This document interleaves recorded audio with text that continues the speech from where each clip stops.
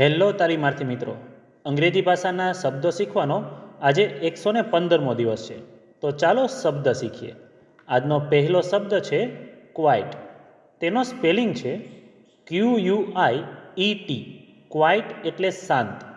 ઉદાહરણ તરીકે, the room is quite. Room શાંત છે. ત્યાર પછીનો શબ્દ છે રેઇન. તેનો સ્પેલિંગ છે RAIN. રેન એટલે વરસાદ. ઉદાહરણ તરીકે, the rain started in the evening. સાંજે વરસાદ શરૂ થયો. ત્યાર પછીનો શબ્દ છે એનર્જી.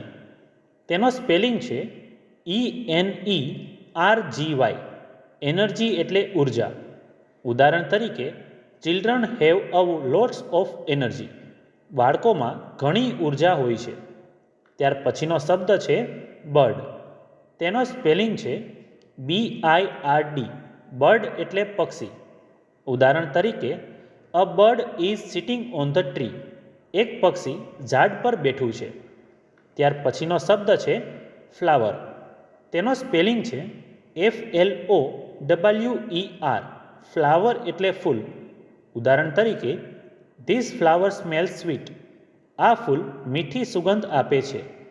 તો મિત્રો, આજે શીખેલા 5 શબ્દો આ રીતે હતા. ક્વાઇટ એટલે શાંત, રેઇન એટલે વરસાદ, એનર્જી એટલે ઉર્જા, બર્ડ એટલે પક્ષી અને ફ્લાવર એટલે ફૂલ. તો આવી જ રીતે ITIની અને જોબની અપડેટ માટે આ ચેનલને સબસ્ક્રાઈબ જરૂર કરજો.